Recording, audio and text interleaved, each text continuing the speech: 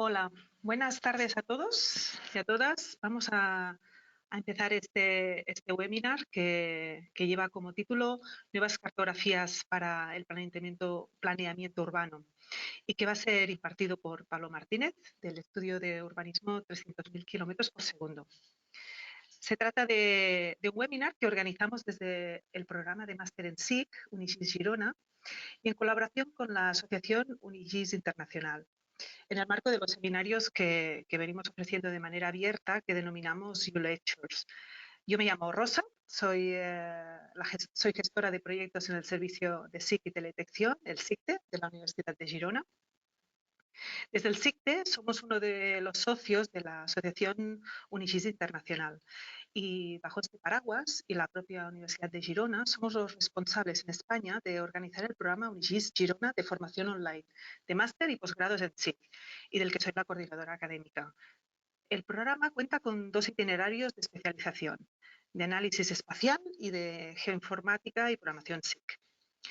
Y bien, y es en este contexto de nuestro programa de formación que organizamos este tipo de webinars para completar lo que ofrecemos, la formación que ofrecemos a nuestros estudiantes.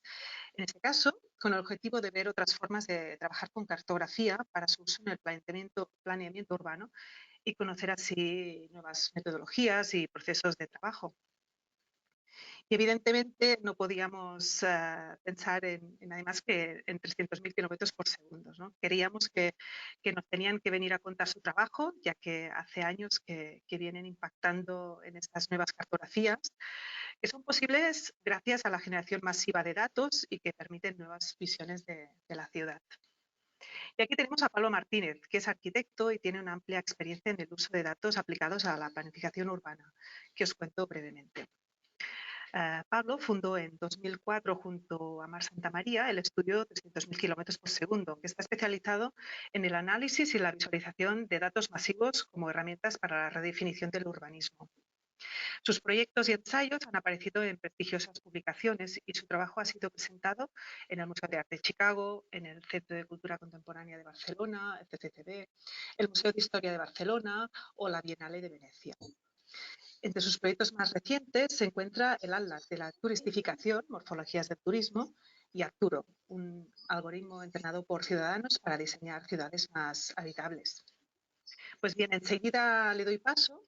Antes, pero os quisiera comentar que la sesión tendrá una duración de unos 30 minutos. Entonces, si queréis, y a lo largo de toda la sesión, podéis plantear preguntas por escrito en el panel que tenéis a vuestra disposición, que lleva como título de preguntas. Pero no será hasta el final, a finalizar la charla, que daremos paso a cada una de ellas para que las pueda responder Pablo.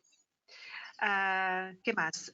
Si tenéis algún problema técnico que necesitéis comentarnos, disponéis también del panel de chat, que podéis hacerlo a través de esta herramienta. Y finalmente os recuerdo que el webinar se está grabando y que lo podréis tener disponible para consultar en pocos días.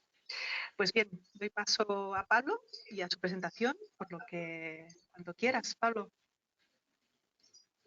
Muy bien, hola, ¿qué tal? Bueno, muchas gracias por la presentación. A ver, ¿qué vamos a explicar? Nosotros, en 300.000, somos un estudio que hacemos planeamiento urbano y este planeamiento urbano lo hacemos gracias a la utilización de herramientas cartográficas a las que les intentamos extraer como mucho partido, ¿no? Y extraerles como mucha oportunidad de trabajo, ¿no? Y esto nos lleva a hacer proyectos de análisis masivos de datos como estos, ¿no? Que hablan de turismo, de subida de precios en la ciudad. ¿Veis mi ratón? Una pregunta que no he hecho antes. ¿Veis el ratón cómo lo muevo? Sí, sí que lo vemos. Vale, estupendo. Bien, entonces son proyectos de este tipo en el que podemos ver análisis masivos o, por ejemplo, esto es la proporción de usos del suelo que tenemos en el área metropolitana de Barcelona, ¿no? Cómo se combinan los suelos industriales con los suelos de oficinas, los comerciales, ¿no?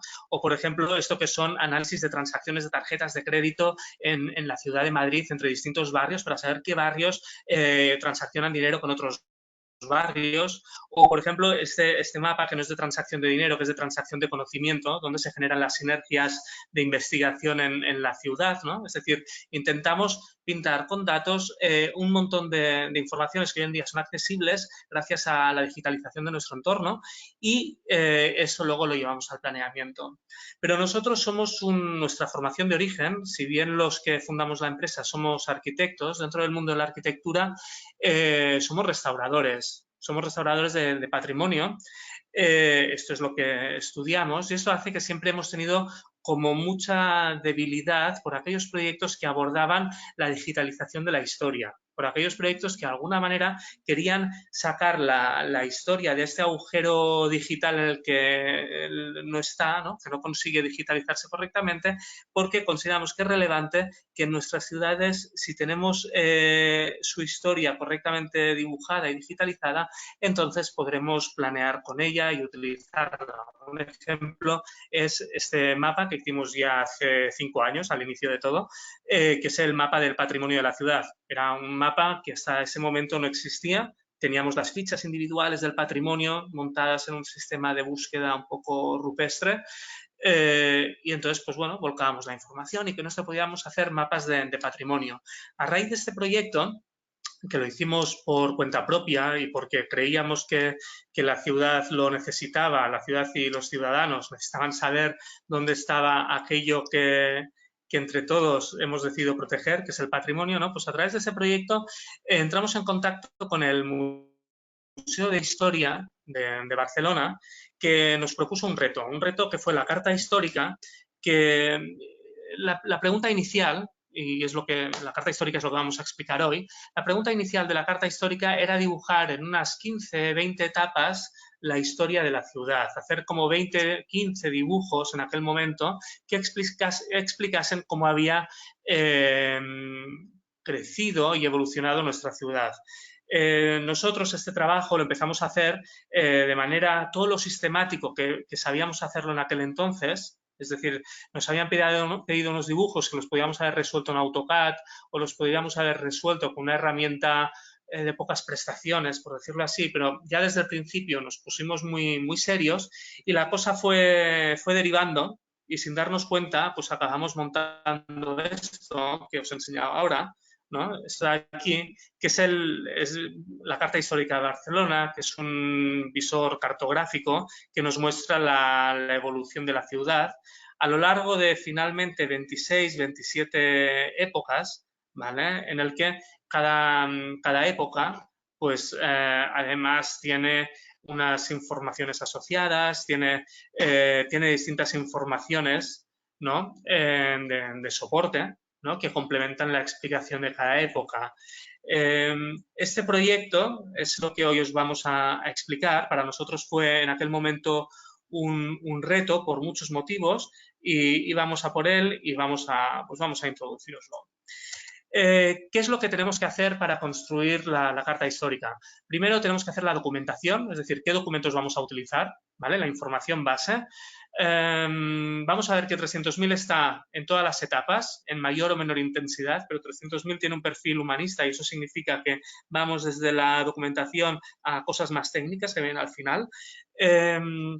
Luego nos va a preocupar cómo digitalizamos esta documentación y además con esta documentación definir qué etapas vamos a estudiar. Esas 15, 20 etapas de inicio pues se convirtieron en 26, 27. Cómo luego la vamos a georreferenciar, cómo esta información, que en muchos casos serán mapas rasterizados, ¿no? Cómo lo vamos a vectorizar y luego a partir de aquí, qué tratamiento le damos a esta información ya digitalizada para dar el paso de la representación y la publicación online, que es el objetivo último, hacer llegar todo esto a cuanta más gente mejor. La documentación la realizamos junto al Museo de Historia. El MUBA tiene un equipo científico muy bueno que se dedica a estudiar cada día la ciudad de Barcelona. Es decir, a diferencia de muchos museos de historia de la ciudad que a veces parecen oficinas de turismo, por decirlo así, el Museo de Historia realmente produce muchos contenidos de investigación, tiene un equipo muy sólido y además un equipo que se conecta con lo que está pasando en las universidades y en las locales y en las internacionales, ¿no? Y en esta conexión con las universidades es cuando también se incorpora un equipo de historiadores. Yo solamente creo que el que tomó más relevancia en el proceso fue Manel Guardia, como un historiador que es capaz de transversalizar todas las épocas de la historia de la ciudad. Y bien, esto es para que tengáis presente cuando digo Museo de Historia, entrar en la web lleno de información interesante. Y los documentos que tenemos son, pues, por ejemplo, mapas que aparecen publicados en libros de historia de la ciudad. Aquí no sabemos qué proyección cartográfica hay, no sabemos ni cuál utilizaron, no tenemos la escala, pero sin embargo este plano es de un montón de interés. Es decir, cartográficamente no es reutilizable tal cual, aparentemente, pero aquí hay información condensada que es brutal e interesante, ¿no? Este también es un mapa de Manel Guardia, habían mapas de García Espuche, mapas de hecho de un montón de historiadores que han sido súper útiles, pero ya veis que la calidad cartográfica dista mucho a lo que utilizamos hoy. Y también tenemos informaciones como estas. Estas son cartas portolanas, ¿no? Las cartas que hacían los marineros cuando navegaban y que iban describiendo la costa, ¿no? Y aunque son cartografías que son muy simbólicas, por decirlo así, a nosotros descripciones de este tipo nos son muy útiles. Nos ayudan a ver si una muralla tenía una puerta, qué había en la puerta, qué había al lado de la muralla, si había una torre, si no estaba. Y aunque sea solamente a nivel orientativo, esta información la necesitamos la tenemos, ¿no? Luego, durante un proceso, una parte de la historia, tenemos las vistas que se hacen desde la montaña de Montjuïc o las vistas que se hacen desde los Tres Turons, ¿no? Son los puntos elevados que tenemos alrededor de la ciudad y que nos permitían obtener como estas vistas un poco en escorzo, que durante mucho tiempo fue la manera que teníamos de representar la ciudad, de ver los huertos, ver aquí, por ejemplo, pues por dónde pasa la muralla. Estos son las Ramblas, ¿vale? Esto que estoy poniendo yo aquí el ratón, esto es Santa María, Santa María del Pi, ¿no? Esto es Santa María del Mar, es decir, aquí vemos ya las construcciones bien, ¿no? Estos son las drasanas, ¿no? Y luego ya, en unas etapas posteriores, ya tenemos cartografías que se parecen más a lo que utilizamos ahora, cartografías en planta, descripciones planimétricas, con cotas, ¿no? Con una metodología documentada, más o menos. Entre ellas algunas que tendrán esta escala territorial y que aún esta tiene mucho error, por decirlo, pero luego cartografías, perdonad, esta no se ve muy bien, pero cartografías como esta de aquí. Este es el plano Martorell, que se hizo de la ciudad de Barcelona entre 1931 y 1936. Yo creo que podéis apreciar, se hizo, ¿no? Se acabó justo antes de la Guerra Civil. Podréis apreciar, ¿no? El detalle que hay en las parcelas, ¿no? Además, cada parcela tiene su numeración, se nos indican, hasta se nos dibujan los jardines. Aquí veis el inicio de la construcción de la Sagrada Familia, como estaba en aquella época, ¿no? Son planos con una calidad brutal. Barcelona ha tenido la suerte de estar muy bien cartografiada a lo largo de la historia. Planos como el García Faria, este plano se extiende mucho a lo largo y ancho, es un plano que no abarca solamente Barcelona, sino el territorio. Este plano ya es del 1891, ¿no? Antes os he enseñado este 1936, 1891, y luego tenemos documentaciones muy chulas como el vuelo que hicieron los americanos después de la Guerra Civil Española, ¿no? El primer vuelo fotográfico que teníamos de Barcelona, para que os situéis. Ahora el ratón lo tengo puesto otra vez en la Sagrada Familia, ¿vale? Ahora tenemos el mapa orientado a norte, antes lo estábamos viendo girado a 45 grados. Y luego tenemos otras fuentes de información, de documentación muy extrañas, que son los primeros archivos digitales de la ciudad de Barcelona. Para los Juegos Olímpicos se elaboró los Juegos Olímpicos del 1992, se elaboró la primera cartografía digital con cierta urgencia, con la necesidad de dotarnos de una herramienta para gestionar todo aquel periodo de transformación. Y de aquella conseguimos recuperar unos backups, ¿no? Que había en el ayuntamiento, que no tienen nada que ver en cómo se estructuran hoy los archivos, los recuperamos y ahí tuvimos que hacer un poquito de arqueología digital, ¿no? Que a veces nos gusta hablar de documentos viejos como estos, pero los archivos digitales como estos del 92 también nos dieron muchísimos problemas. Bien, esto es la documentación. Con el equipo de documentación, ¿no? Los historiadores vamos decidiendo cuáles son las etapas significativas que vamos a poder abordar con estos documentos, cuál es aquella historia que a través de los documentos se puede explicar, y luego vamos a dar el paso de la digitalización. En nuestro caso, es decir, la digitalización es convertir aquel documento que está en un archivo o que está en la página de un libro, pues poderlo convertir en algo que como mínimo sea un TIFF, ¿no? Y a partir de ahí poder empezar a trabajar digitalmente. Por suerte, este proceso, también tenemos mucha suerte, la digitalización prácticamente nos vino hecha y es que tenemos instituciones que trabajan mucho aquí. Tenemos el Archivo Histórico de Barcelona, que tiene un montón de cartografía de la ciudad digitalizada y correctamente documentada y ordenada.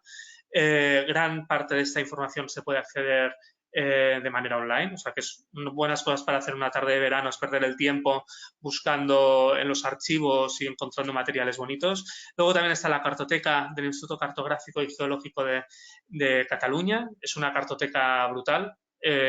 También está digitalizada y es para pasar mucho rato mirándola. Y luego la carta arqueológica, que es un documento que contiene todas las catas arqueológicas que se han hecho en la ciudad y el resultado de la cata, ¿no? Si ha sido una cata positiva, negativa, si la estratigrafía se ha agotado, no se ha agotado, ¿no? Y aquello que se ha encontrado, ¿no? Para que os hagáis una idea, esto es la cartoteca digital, nos permite, tiene un visor súper chulo con un montón de material, el archivo histórico de la ciudad de Barcelona, que también os recomiendo entrar y consultar, es para pasarse horas aquí, y luego la carta arqueológica, donde tenemos aquí marcado en naranja cada una de estas catas a las cuales podemos llevar información. Y, por ejemplo, de la carta arqueológica obtuvimos la descripción de la muralla medieval, ¿no? Por ejemplo, ellos la tienen perfectamente dibujada a través de las catas, no a través de las cartografías, sino a través de catas han dibujado la muralla, ¿no? Por lo tanto, aquí hay información en este portal muy, muy relevante. Bien, una vez tenemos el material en GIS, tenemos que georreferenciarlo. Tenemos documentos planos, sin coordenadas, tenemos TIFFs, PNGs, ¿no? Y todo esto hay que georreferenciarlo. Y para eso utilizamos QGIS, es la herramienta que ya hace, pues esto lo hicimos hace 4 años y pico, ya nos funcionaba muy bien para esta tarea. ¿Y qué hicimos? Nos pusimos una base de trabajo. Esta es la base del catastro, este es el catastro de la ciudad de Barcelona. Tenemos un catastro público en España que es muy, muy interesante, donde además tenemos la fecha de cada parcela, y esta fecha es muy relevante porque yo sé si este edificio es de 1950, 1970, 1936. Esto está muy bien. Y luego, además, tenemos otra información que es el mapa de patrimonio de la ciudad, donde la datación del edificio se produce con mucha precisión. En el caso del catastro pueden haber errores, porque es una información que pone el registrador de la propiedad, es un proceso administrativo que, bueno, pues que depende del cariño y amor que tenga el registrador de la propiedad, hay veces que sale mejor o peor, pero evidentemente el catálogo de patrimonio nos habla de la fecha de los edificios de una manera muy precisa, por lo tanto es una capa que tenemos de fondo, y entonces lo que nosotros vamos haciendo es, con una cartografía, por ejemplo, este es un mapa del 1903 de la ciudad de Barcelona, vamos buscando, en este caso, edificios de 1903 que tengamos evidencias de que entonces ya existían y les vamos asignando puntos y los vamos georreferenciando. El método utilizado para bueno, aquí veis una ligera distorsión resultante de esta georreferenciación, ¿no? Esto sería, pues, por ejemplo, ¿no? Creo que en rojo es antes de georreferenciar, en azul es después. Esto es cómo se sobreponen, ¿no? Para que veamos qué errores contenía la cartografía. En este caso habían muchos errores, era un mapa que a nivel de cotas estaba fatal. Esto es en el centro de la ciudad, nos vamos un poco hacia afuera y ya vemos que evidentemente son cartografías que para el nivel de exigencia actual pues tienen grandes desviaciones, ¿no? ¿Qué es lo que nos interesa a nosotros? Podríamos, en el momento de georreferenciar, yo creo que hay dos grandes maneras, por decirlo así. A veces cuando queremos georreferenciar el documento porque nos interesa conocer cómo fue construido y entonces vamos a intentar asignar coordenadas a este documento en función de aquello que el cartógrafo hizo en su momento, ¿vale? Y luego lo que nos interesa a nosotros, que es georreferenciar, intentando comprender que esta cartografía de origen tenía errores y que estos errores los vamos a intentar salvar, que los vamos a intentar corregir con una georreferenciación que nos vaya estirando punto por punto hasta que nos encaje perfectamente con aquellas evidencias históricas que tenemos que nos permitan ubicar correctamente estos puntos. La metodología o el algoritmo de cálculo es el Thin Plate Spline, es un sistema en el que nosotros vamos asignando un montón de puntos a cada cartografía. Lo normal en este caso era incorporar hasta 600 puntos, hasta que al final la vamos adaptando, como aparece en esta imagen, y nos encaja perfectamente con la cartografía, ¿no? con el catastro actual. Bien, una vez tenemos estos mapas georreferenciados, ya sean aquellos mapas históricos que veíamos al principio, de históricos del libro, ¿no? O estas cartografías de 1950, ¿no? Tenemos las cartografías de Cerdà cuando se hizo el ensanche, ¿no? Las del 36, ¿no? O incluso los vuelos que hicieron los americanos, en este caso esos vuelos están georreferenciados. Luego lo que tenemos que hacer es vectorizar, es decir, convertir esas parcelitas que habíamos visto en vectores. Y para eso lo hicimos a mano, es decir, dibujamos parcela por parcela la ciudad. Como no, sobrepusimos el catastro que teníamos, ¿no? El catastro de Barcelona, donde veíamos que algunas parcelas del catastro son muy fáciles de identificar, fuimos borrando aquellas parcelas que a lo largo del tiempo habían desaparecido y en algunos otros casos, evidentemente, hay edificios que se han aparecido, han sido reemplazados por otros y tenemos situaciones muy, muy complejas. Por lo tanto, hay veces que mantenemos el rastro perfecto del catastro, evidencias de edificios como estos de aquí, que estoy señalando que están en un magenta ligeramente más oscuro, que son edificios que estaban en 1936 y hoy continúan en su misma posición, y luego en este rosa clarito, que son edificios que ya han desaparecido, ¿no? Y que han sido reemplazados y que hemos tenido que redibujar, ¿no? Esto es un zoom para que veamos un poco las resoluciones de trabajo, de calidad. Aquí se ve mejor la sobreposición, edificios que hoy, en el color oscuro, edificios que hoy permanecen, y el azul claro son todo lo que se ha transformado. Todo esto lo hicimos en MicroStation. En aquel momento nos parecía una buena herramienta por la agilidad de trabajo. Era un momento de dibujar mucho y asignar muy poco metadato. Y para esto MicroStation nos iba muy bien. También porque parte del equipo ya trabajaba de esta manera y porque parte de las personas que estaban involucradas en este proceso eran urbanistas, arquitectos, y ellos trabajan bien con la herramienta, que hicimos una concesión para decir, oye, los colaboradores con qué herramientas nos están trabajando ágilmente, vamos a hacérselo fácil, así que pusimos MicroStation de por medio. Y luego, evidentemente, una cosa muy importante que es decidir las capas en las que vamos a dividir este dibujo. Esto es un proceso vivo, constantemente estamos dibujando distintas épocas y una estructura de capas que sea compatible con 150 a.C. a que sea compatible con el año 2010 es una estructura de capas pues, que es muy generalista, pero que tiene una gran reflexión detrás, ¿no? Aunque parezca muy, muy sencilla, pero que hemos intentado hacer una taxonomía o una estructura que sea compatible pues, con 2000 años de historia, ¿no? Luego, pues esto es lo que obtenemos, unas parcelas que luego las vamos a tener que juntar entre ellas, las vamos a maclar, ¿no? Las vamos a hacer un dissolve, ¿no? Las vamos a juntar para obtener la descripción que vamos a ofrecer, porque va a ser una descripción a nivel de manzana, no vamos a entrar en el detalle de las parcelas en la presentación final del documento. La información de la parcela nos la quedamos internamente como material de control y verificación y lo que nos interesa mostrar es la morfología urbana de gran escala y no entrar al detalle parcelario.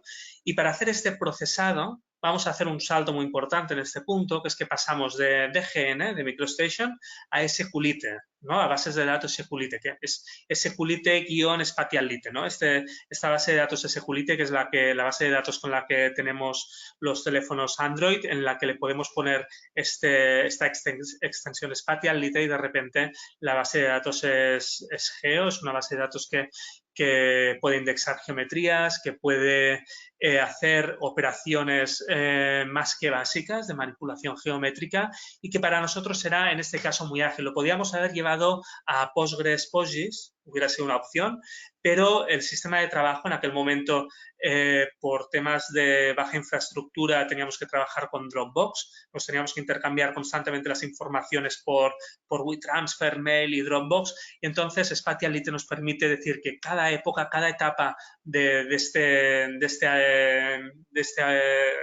este proyecto va a ser un archivo espacial Lite aislado que nos vamos a poder intercambiar y guardar copias y revisar, y es una manera muy sencilla de abordar cierta complejidad, ¿no? Entonces, mediante Python y la librería OGR-GEDAL, ¿no? En concreto OGR, OGR to OGR, ¿no? Que es el comando más utilizado probablemente, hacemos la traslación a Spatial Lite. Spatial Lite, aquí os pongo links y descripciones para quien no esté familiarizado. Es esta base de datos que ocupa 5 megas, es fantástica, ¿vale?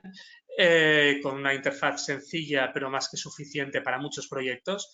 Y lo que hicimos con esta conversión, pues, ¿qué fue? Es una información que ha sido dibujada en MicroStation, por lo tanto, en esta conversión nos vamos a asegurar que saneamos la geometría, validamos la calidad de la geometría, corregimos aquellas que están incorrectas, ¿vale? Es decir, es como un punto de control muy significativo. Unimos superficies, ¿vale? Todas aquellas parcelas contiguas que se están tocando se convierten todas ellas en una manzana. Gestionamos los agujeros mediante Spatial Lite y luego asignamos unas informaciones extra que nos van a ser relevantes para etapas posteriores. Esto ahora no lo vamos a tener tan claro para qué sirve, pero vamos a añadir informaciones. Y luego, además, extraemos unos GeoJSONs. El proyecto, por un lado, necesita unos Spatial Lites para construir la cartografía base, pero todas aquellas capas que el usuario activa y desactiva como informaciones complementarias son los GeoJSONs que derivan directamente de los DGN. Os pongo pantallazos del código para que veáis que esto es bastante, como nosotros llamamos, piping, ¿no? O un trabajo bastante mecánico, no son códigos muy complejos, sino que son códigos que van ejecutando paso por paso todos los comandos de OGR para ir haciendo la conversión de los archivos y, sobre todo, irse asegurando que tenemos una buena calidad del dato geográfico. Bien, una vez tenemos estos DGNs convertidos a archivos Spatial Lite, ¿no? A unas mini bases de datos espaciales, ya se nos abre la siguiente etapa, que es que tenemos que pintar, ¿no? Tenemos que dar estilos y tenemos que publicar. Y aquí en la carta nos pasó una cosa. En 2014, cuando publicamos la carta, lo hicimos con Tessella Raster. Y eso fue una manera de trabajar y toda una serie de procesos.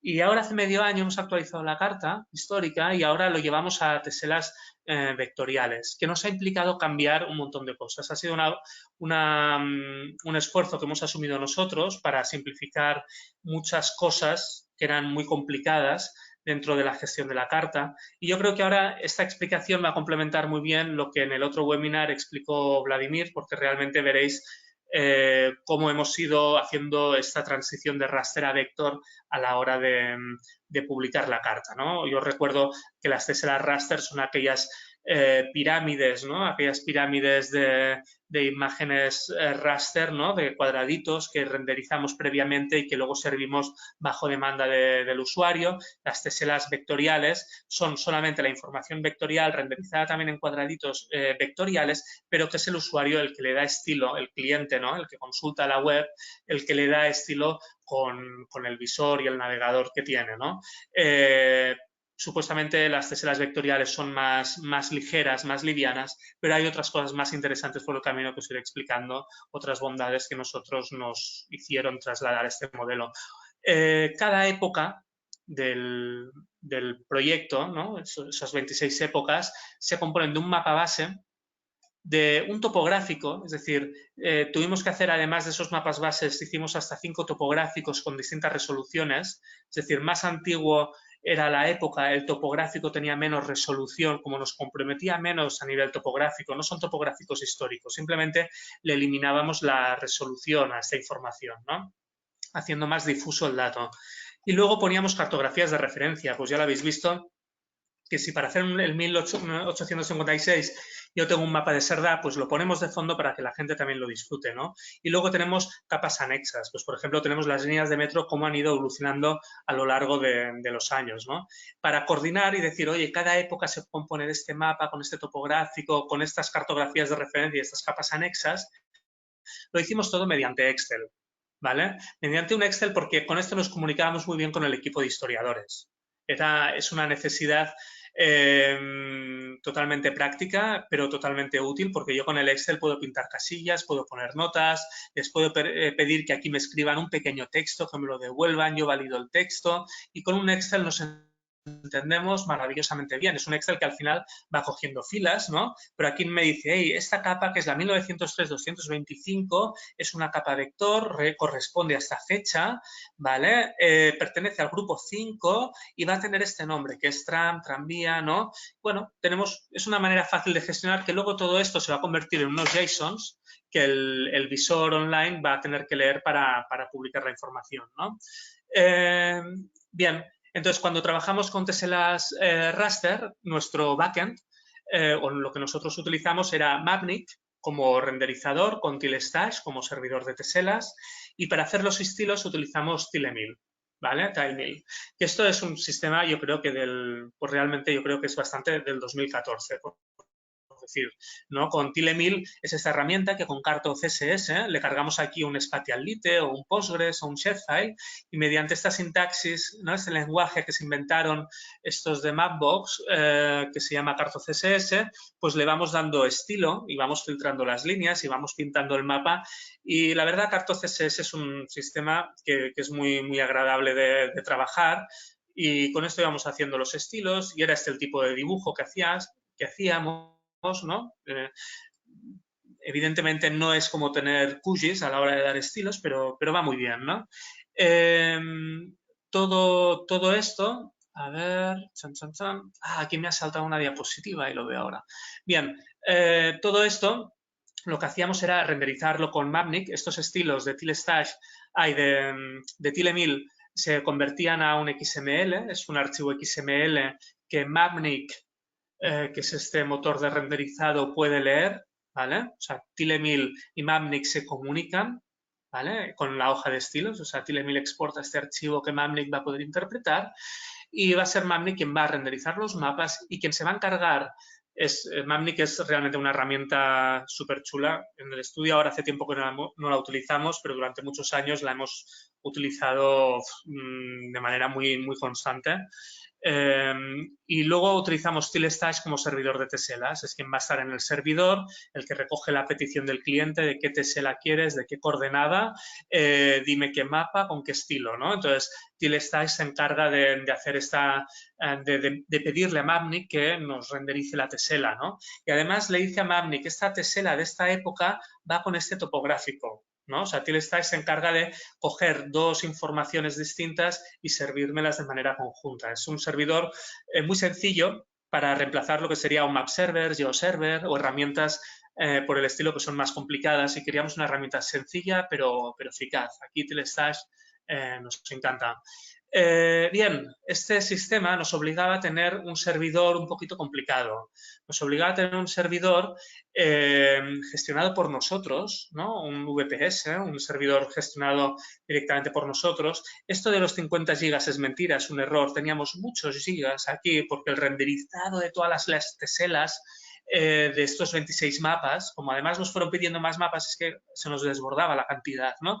Y entonces esto lo tuvimos que limitar, ampliamos la memoria a 50 gigas, a 100 gigas finalmente, tuvimos que poner un caché en el que nosotros pre-renderizábamos el 50% de las teselas y el otro 50% se iba renderizando bajo demanda. Esto Tilestash nos lo deja gestionar de manera que podemos optimizar la memoria alojada en el servidor, ¿no? Pero no deja de ser un servidor gestionado por nosotros y que está en manos del Museo de Historia. Esto es algo que el Museo de Historia no tienen muy asumido el impacto del mantenimiento de la tecnología. Entonces, que ellos tuvieran un servidor para ser mantenido, que has de cuidar, que has de vigilar, que periódicamente le has de poner un poco de cariño, pues era una decisión que para nosotros era peligrosa y de hecho nos llevó a que durante 4 años hemos mantenido nosotros en el estudio el servidor internamente como trabajo voluntario porque el Museo de Historia no era capaz de asumir esta tarea. Es una institución que es lógico, ¿no? Su tipo, no están relacionados habitualmente con la tecnología.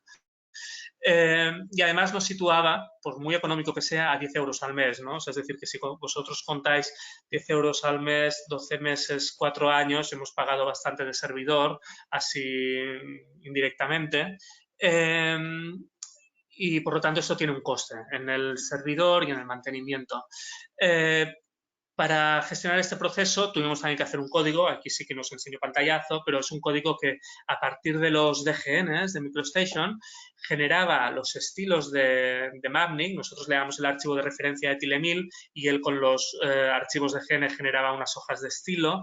Generaba también la configuración de Tilestash, ¿no? Donde se informaba con aquel Excel, ¿no? Se le informaba de qué capas iban juntas, cuáles iban separadas, y se configuraba el archivo JSON que el frontend del navegador web iba a tener que leer para entender que cada época qué capa la componía, ¿no?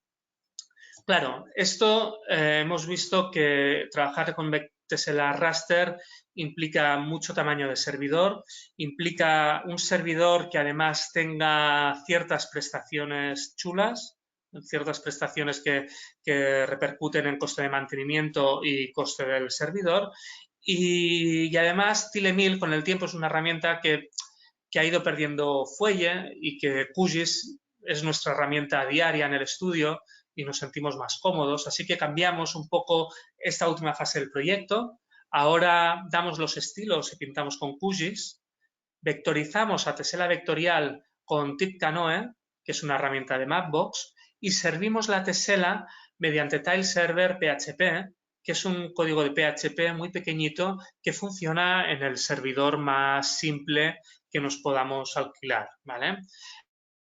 Entonces, esto es el ejemplo de QGIS, ¿vale? Es decir, ahora ya no tenemos Tilemil, tenemos una herramienta de QGIS con nuestras capas, todas las épocas aquí metidas. No sé, a pesar de que Tilemil es una herramienta que es una gozada, esto es aún más cómodo, esto nos permite detectar mejor los errores, nos permite ser más eficientes y trabajamos más cómodos. Entonces, ¿qué nos hicimos? Nos hicimos un código de QGIS que transforma los estilos de QGIS en estilos de... Aquí hay una diapositiva que ha desaparecido. Era una diapositiva muy aburrida, no os perdéis nada. Es una diapositiva que era todo código.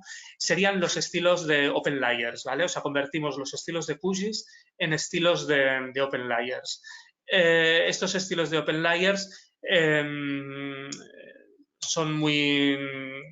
Es un paso muy natural, es decir, todo lo que yo dibujo directamente en QGIS, en un clic lo tengo estilizado en OpenLayers, que va a ser la librería JavaScript que vamos a utilizar para hacer el frontend, ¿no? Bien, me salto esto que ha saltado. Entonces, esta va a ser la manera de hacer estilo y la manera de hacer la tesela vectorial va a ser, ¿no? La tesela vectorial, pongo esta imagen, ¿no? Que es la clásica imagen de pirámide de teselas vectoriales. Vamos a utilizar TipCanoe, es un código, creo que escrito en C++, que al menos en Ubuntu se instala muy fácilmente y que lo que hace es que a partir de un GeoJSON nos convierte el archivo en tesela vectorial de una manera muy, muy fácil. El código es muy fácil de configurar, es muy parecido a OGR to OGR, ¿no? O sea, es decir, es un código que con unas variables muy sencillitas, ¿no? Aquí le estamos diciendo, ¿no? Con unas variables muy sencillas convertimos el archivo. Aquí llamamos al comando TipCanoe, le decimos cuál va a ser la proyección de salida, le decimos cómo se va a llamar nuestro archivo resultante, le digo los zooms, el zoom máximo y el zoom mínimo, le digo el nivel de detalle, el detalle de compresión de la geometría. Luego aquí esto es un comando más complejo, ahora no entro al detalle, y luego le digo cuál es el archivo que tiene que convertir, el archivo GeoJSON. Esto nos hacemos un Python que coordina esta conversión, que no pasamos de Spatial Lite desde QGIS, los Spatial Lite se convierten a GeoJSONs y se conviertan a Mapbox Vector Tile. ¿Vale? Todo ahora es muy limpio, así que todo el proceso de publicación lo coordinamos desde QGIS, ¿no? Y a pesar de que llamamos a distintas herramientas, está centralizado en QGIS y esto visualmente es un confort brutal.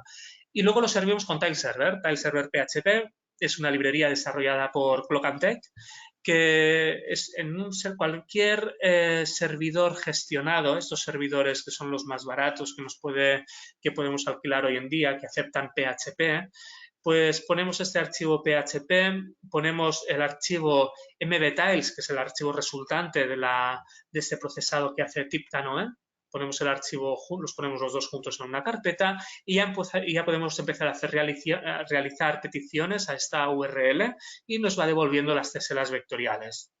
Es facilísimo y súper confortable. Esto volvemos al servidor de 50 gigas, que es mucho más barato, un servidor mucho más simple, que funciona como un trueno, o sea, funciona realmente muy ágil a nuestro parecer, que además tiene unos costes de mantenimiento bajísimos y que no hace falta ni mirar si algo se estropea o no se estropea, que nunca falla nada porque es un servidor gestionado. Como ya os he dicho, para hacer este proceso de publicación tenemos desde QGIS, hay un código en Python que generamos el vector tiles gracias a TipCanoe, generamos los estilos de OpenLayers y generamos ese archivo de JSON que nos pasaba también antes cuando estábamos con las teselas raster, que es el archivo que le daremos al OpenLayers, que le daremos al frontend para saber cada época qué mapa le corresponde. Y ya estamos al final de todo. La parte final, aunque a veces parece la más visual, quizás es compleja, pero no la más complicada. Se resuelve en OpenLayers 3. En aquel momento fue una decisión crítica. No sabíamos si hacerlo con Mapbox o hacerlo con OpenLayers. Tuvimos un motivo, una decisión muy arbitraria en aquel momento, y es que queríamos poder girar el mapa a 45 grados. Esto es una decisión muy caprichosa y es que Barcelona a lo largo de la historia se ha representado girada a 45 grados con la malla del ensanche horizontal y vertical. Esto que es una aberración cartográfica y que intentamos explicarle a la gente que nos gustaría no tomarlo como práctica habitual, pero en aquel momento desde el Museo de Historia insistieron mucho. Nosotros en nuestro papel también de historiadores y de arquitectos urbanistas y cartógrafos les insistimos que no, pero la batalla no la ganamos. Así que optamos por girar el mapa a 45 grados y por ello tuvimos que utilizar OpenLayers, que era la herramienta que en aquel momento nos lo permitía. Y la verdad, ahora que hemos vuelto a cambiar el frontend, seguimos con OpenLayers porque nos ha dado muy buen resultado, nos funciona muy bien con las teselas vectoriales y todo lo que hemos querido ir incorporando lo hemos podido incorporar con OpenLayers y es una herramienta súper customizable, nos encanta. Estos eran los primeros templates del frontend. Es un frontend muy sencillo, una línea de tiempo y aquí unos botones con las capas anexas. Y esta es la herramienta resultante que obtuvimos en 2014. Aquí la tenemos, ¿no? Con las distintas épocas, estos distintos detalles. Estas herramientas que fuimos añadiendo, que son las herramientas que nos encienden las capas anexas. Esto es, por ejemplo, cuando encendemos, esta es la capa de barracas, ¿no? De los slums, ¿no? Aquí en Barcelona en el 36. ¿no? O que nos permite, mediante este botón, sobreponer la imagen de la Barcelona contemporánea actual, ¿no? O que podemos, por ejemplo, mediante una herramienta lápiz, dibujarnos cosas y si estamos utilizando la herramienta como recurso para dar una clase, pues nos va muy bien, porque podemos dibujar y señalar. Y ya está, sobre todo recordar, yo os dejaría que ahora vosotros entréis en la web, en el link, ¿no? Y lo naveguéis y lo exploréis y lo utilicéis. Es importante que un proyecto de esto está hecho por muchas manos. Yo creo que 300.000 estuvo en todas las fases y empujando muchas de las fases, pero el comité científico obviamente es clave. El equipo, hemos tirado de todos los botones que tenemos en nuestro equipo, es decir, hemos utilizado la parte más gisera del equipo, pero también la parte esta que también formamos parte, que es esta parte de restauración, patrimonio, historia, ¿no? Hemos tenido grandes colaboradores a las que les debemos muchas horas de esfuerzo. Gerald Kogler, que es un estupendo desarrollador que nos ayudó sobre todo con el frontend de la primera versión y gracias a esas primeras líneas de código la cosa se aguanta todavía. Y luego, sobre todo, un proyecto de este tipo no es posible si no tenemos un montón de instituciones que han digitalizado, instituciones que trabajan, compañeros como Infraplan, compañeros que se dedican a la cartografía, que nos dieron buenos consejos en su momento y cuando un proyecto sale bien es porque hay mucha gente que está ahí apoyando y ayudando. Y nada, con esto ya cierro y os invito a que naveguéis la carta histórica y que os miréis el PowerPoint con más calma cuando tengáis tiempo. Pues muy bien, muchas gracias, Pablo. Realmente es muy inspirador todo lo que hacéis y cómo lo hacéis, ¿no? Porque realmente es fantástico ver el proceso de elaboración de un proyecto tan espectacular y poder saber los entrecijos técnicos, ¿no? que os habéis encontrado, ¿no? Sí, sí. Y ver cómo habéis ido superando los retos que os ibais planteando, ¿no? Y retos muy diversos, ¿no? Tanto debido a la complejidad que necesitabais resolver a nivel técnico, pero también a raíz del equipo que formabais parte, ¿no? Por lo que ver las metodologías y las herramientas que utilizáis creo que es muy inspirador yo creo que para el público al que queríamos llegar con este webinar. Entonces ahora, Bien. si os parece, vamos a ir dando paso a las preguntas que se puedan ir planteando, que las vamos a hacer llegar a Pablo. Y mientras van apareciendo las cuestiones, yo quería saber si tenéis previsto seguir llevando a cabo alguna actuación sobre el Atlas, si está prevista la capa de 2020, no lo sé, ¿no? Si hay alguna perspectiva de trabajo añadido Sí, alrededor del Atlas. correcto. Correcto, es buena pregunta porque no lo he explicado. La Carta Histórica es un documento vivo, es decir, que el Museo de Historia, a medida que va haciendo investigación, nos va aportando material que lo vamos acumulando en mails y carpetas y periódicamente se busca el momento de actualizarlo, ¿vale? Es decir, el museo pues está preparando una exposición sobre las barracas, pues ostras, de repente genera una información muy buena de barraquismo que mejora la ya actual en la carta, ¿no? Entonces ahí lo metemos. El Departamento de Arqueología de la ciudad va actualizando mediante catas la teoría, ¿no? Las hipótesis históricas de la ciudad, es decir, la historia no es algo inmóvil, se mueve mucho la historia y entonces nosotros nos aparecen deberes y significa que lo tenemos que actualizar y buscar la manera de incorporarlo. Y entonces es por eso que hay un flujo de trabajo que constantemente va girando, ¿no? Que se va actualizando y en algunas fases incluso veremos que hay cartografía que no se nos deja ver toda la anchura de la región metropolitana. O sea, es decir, que tenemos unos boundaries, unos marcos de trabajo que en algunas épocas son menores. Esto es porque teníamos información documental de menor calidad que solamente nos permitían describir ciertos fragmentos de Barcelona, ¿no? Entonces ahora estamos buscando cómo estas regiones, donde conseguimos información, documentos o estudios que nos permitan llegar a dibujar la totalidad y que todas las épocas tengan la misma calidad de descripción cartográfica. Así que el documento está vivo. El documento se utiliza como material online, pero también material de apoyo en las exposiciones del museo. O sea, ahora, cada vez que se hace una exposición, los mapas de referencia son la cartografía de la carta y eso está muy bien porque ayuda a dar una visión unificada y coherente a toda la investigación que se genera desde el museo. Genial, pues muy bien. Ese proyecto es vivo, fantástico. Bueno, entonces, mira, tenemos bueno, hay asistentes que te dan las gracias, ¿vale? O sea, que te las transmito. Y Gracias. tenemos tenemos una pregunta que nos la hace Josep Sitjar, que creo que conoces, que conoces bien, que quiere saber más Sí. detalle de cómo, si puedes explicar con más detalle cómo hacéis la exportación de los estilos de QGIS a Open Layers. Mira, esto es un código que no lo hemos publicado porque todavía es muy experimental y solamente funciona con los estilos utilizados dentro de la carta, ¿vale?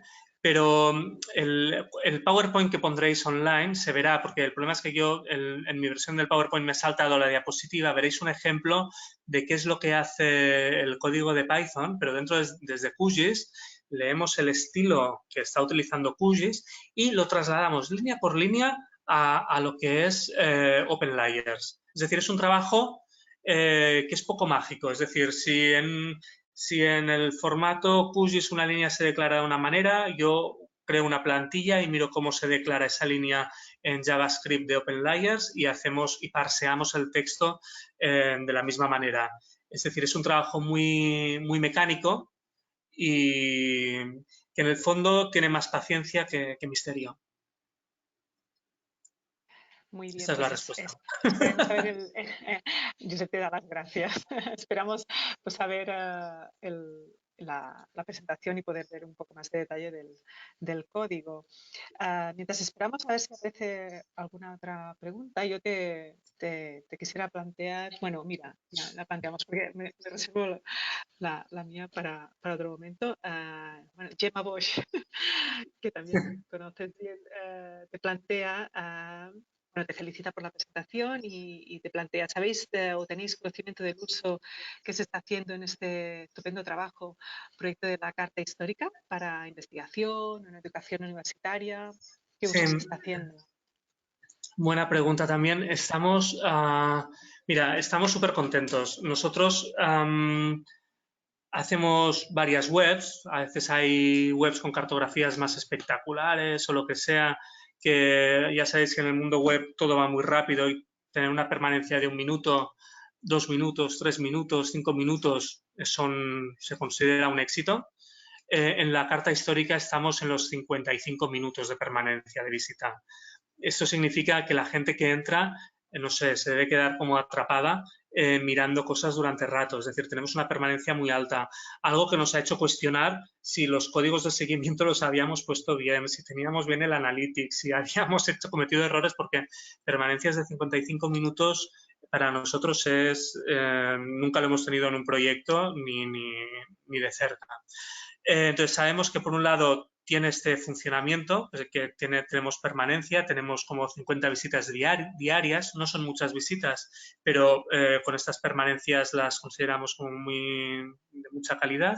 Y luego ha servido para gente que está haciendo desde estudios en escuelas, es decir, trabajos escolares se apoyan en la carta, trabajos de chavales que tienen que hacer trabajos de la ESO, a luego trabajos de tesis doctorales que sí que nos han pedido documentaciones específicas para poderlas incorporar, ¿no? Que ya son bien porque alguien está trabajando en una época muy concreta, ¿no? Y necesita una cartografía de apoyo pues para realizar su estudio o para validar alguna información.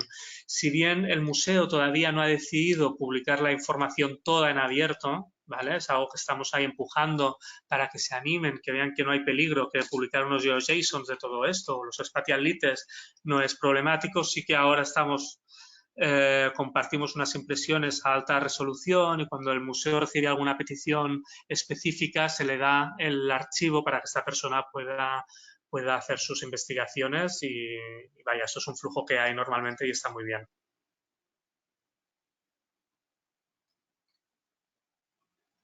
Perfecto, pues realmente sí, el índice que tenéis de permanencia es espectacular, está muy bien. Y yo misma, es verdad que ahora que estos días, ¿no? Viéndolo con más detalle, pues te atrapa, es verdad, sí, sí. Yo quería preguntarte, me llevo la pregunta al ámbito quizá más de formación, ¿no? Pero Ajá. teniendo en cuenta que nos están escuchando muchos estudiantes de nuestro máster, quería saber, y sabiendo cuál es vuestro originariamente bagaje formativo, ¿cómo habéis incorporado todo este conocimiento técnico, la parte GIS, a 300.000 kilómetros por segundo? Si tenéis perfiles o si vosotros mismos os habéis formado, de qué manera. Bueno, brevemente, si me puedes Sí. hacer una breve exposición de cómo habéis incorporado esta vertiente. Sí, nosotros nos hemos formado, claro, nosotros empezamos a trabajar con GIS casi, a ver, y ahora no quiero decir ningún número, pero casi 8 años después de que ya fuéramos arquitectos graduados con nuestro título y todo. O sea, no es hasta muy después de una cierta trayectoria profesional que empezamos a trabajar con temas de GIS. Entonces, en aquel momento lo abordamos sin darnos cuenta, con mucho interés, y tuvimos la oportunidad de ir aprendiendo de la mano de muchos compañeros, ¿vale?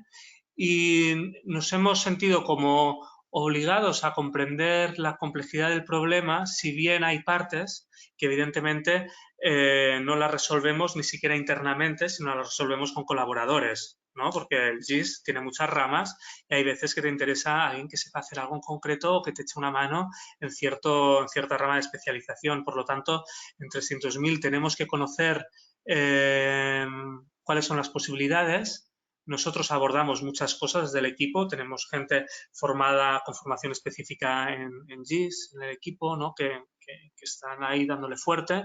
Y yo, por ejemplo, que soy arquitecto, pues sí, yo me he hecho como formación posterior, ¿no? Pero en el fondo confío en otros técnicos más especializados que no yo mismo. Muy bien, pues muchas gracias, Pablo. Bueno, yo creo que no hay más preguntas, pero yo creo que bueno, es fantástico poder volver a ver el webinar. También antes has hecho referencia al webinar anterior que hicimos con Vladimir y tanto este como el anterior, si lo queréis volver a escuchar y a ver, lo podéis hacer consultando la web, sobre todo de Unigis Internacional, que es unigis.net. ¿Vale? Por lo que, si os parece, pues lo dejamos aquí, ¿vale? Quiero dar las gracias a Pablo por su excelente exposición y también muchas gracias a los asistentes. ¿De acuerdo? Otra cosa antes que me olvidaba. En septiembre tenemos planificados nuevos webinars, o sea que aún no puedo concretar el título, pero va a haber más webinars a partir de septiembre, por lo que estad atentos a lo que vamos contando. ¿De acuerdo? Bien. Muchas gracias, Pablo. Muchas gracias a vosotros y gracias por el interés en la carta histórica y sobre todo pues disfrutarla y utilizarla que está ahí y hay información interesante. Muchas gracias. Chao. Chao, chao, chao.